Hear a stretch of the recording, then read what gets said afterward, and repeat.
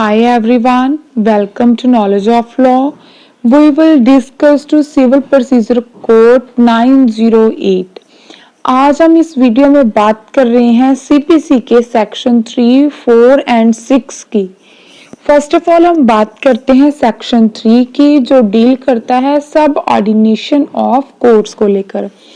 अगर हम इसका मीनिंग देखें, सब ऑर्डिनेशन ऑफ कोर्ट्स का वो मीनिंग है placement in a lower class, rank और पोजीशन। इसे हम एग्जाम्पल के साथ अंडरस्टैंड करते हैं बिकॉज हमें इजीली अंडरस्टैंड हो जाएगा। फर्स्ट ऑफ ऑल अब बात करें सुप्रीम कोर्ट की सब ऑर्डिनेट कोर्ट है हाई कोर्ट। हाई कोर्ट के नीचे की हम बात करें, इसके अंडर आती है district court. Each and every district में एक सेशन कोर्ट होती है। उस सेशन कोर्ट के अंडर में होती है सिविल जज सीनियर डिवीजन एंड सिविल जज जूनियर डिवीजन। ये हमारी है सब ordination of courts. I hope आपको इजीली अंडरस्टैंड हो जाए। अब हम बात करते हैं एक एग्जाम्पल की जो डील करती है हमारे सेक्शन 6 को लेकर। ये है ए एंड ये है बी। गाइस इसे हम क्लीन कर देते हैं, देन आपको इजीली अंडरस्टैंड हो जाए। ये है यहाँ पर ए एंड ये है बी, ये दोनों आपस में है फ्रेंड। ये है इनकी एक प्रॉपर्टी, एक शॉप है, यहाँ पर हम लिख देते हैं शॉप। तो गाइस अब इन दोनों ने आपसी कंसेंट के साथ इस शॉप को लिया था। आफ्टर सम टाइम इन दोनों में सेटलमेंट होती है।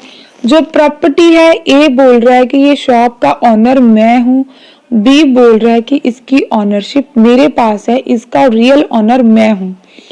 जो ए है ये कोर्ट में इस मैटर को लेकर जाना चाहता है। तो जो देखा जाएगा कि ये कौन सी कोर्ट में मैटर जाएगा। जो ये वाली शॉप है इसकी पेक्यूनरी यूरिसडिक्शन है। पेक्यूनरी मींस पैसों की कीमत। आप इस सेक्शन को याद रखने के लिए पी से याद कर सकते हैं। पेक्यूनरी मींस पैसों की कीमत। कोर्ट के पास कितने पैसों को की कीमत के केस देखने की पावर है। तो जो वाला जो केस है, मैटर है, मान लीजिए कि इसकी कीमत यहाँ पर है 3 लाख की है और इस कोर्ट के पास इसकी जो कॉम्पिटेंट है ये कोर्ट, इसकी यूरिसडिक्शन है पेक्यूनरी 5 लाख की। तो ये वाली कोर्ट इस मैटर को इंटरटेन कर सकती है, ट्राई कर सकती है। तो आई होप आपको यहां तक अंडरस्टैंड हो गया होगा। अब हम आपको यहाँ पर एक एग्जांपल देते हैं guys. In case by mistake, अब हमसे मान लीजिए कि कभी कभार क्या होता है कोर्ट में जब हम प्रैक्टिस करते हैं कि बाय मिस्टेक ये वाली कोर्ट के पास जो यूरिसडिक्शन है यहाँ पर है 5 लाख की।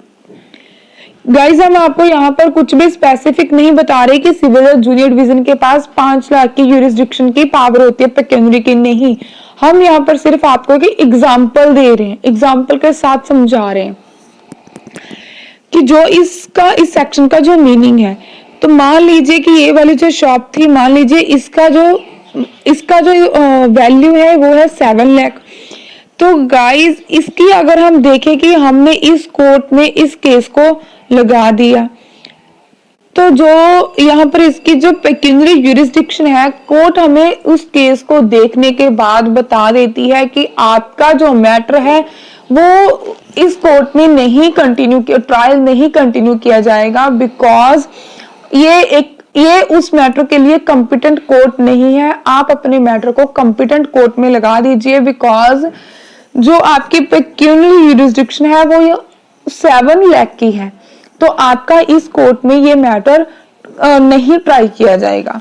तो कोर्ट भी आपको बता देती है। अगर आपने अभी न्यूली स्टार्ट किया है अपनी लिटिगेशन को, अपनी प्रैक्टिस को, तो डोंट वरी, अगर बाय मिस्टेक हो भी जाए तो कोर्ट आपको बता देती है। यहाँ पर अब बात करते हैं हम पेक्यूनरी यूरिसडिक्शन की। Any court jurisdiction over suits the amount और value.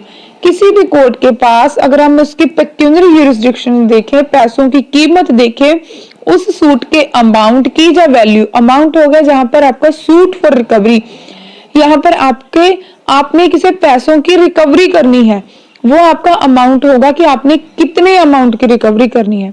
Value of the subject matter means आपकी जो प्रॉपर्टी है उसकी वैल्यू कितनी है, of which exceeds the pecuniary limits, अगर वो उस लिमिट के बीच में एक्सीड्स नहीं होती या उस लिमिट के बीच अंडरफिट होती है तो आपकी जो भी कोर्ट कॉम्पिटेंट बनती है, आप उस कोर्ट में आपका मैटर जा सकता है।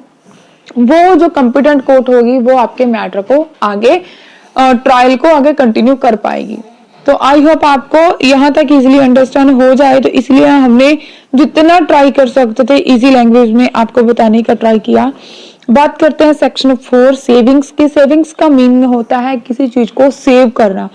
यहाँ पर बात की गई है कि in the absence of any specific provision, अगर स्पेसिफिक प्रोविजन की एब्सेंस हो, इसके कंट्री वे में भी बात करें, जो हमारा ये सेक्शन है, जो कोड है, इसमें ये कुछ नहीं है, कुछ भी डीम नहीं किया जाता, नहीं कंसीडर किया जाता। जो हमारा स्पेशल लॉ है, चाहे हमारा लोकल लॉ है, उस पर कुछ भी स्पेसिफिकली यूरिसडिक्शन को या पावर को फोर्स नहीं किया जाता। ये हमारे लॉ में बात की गई है।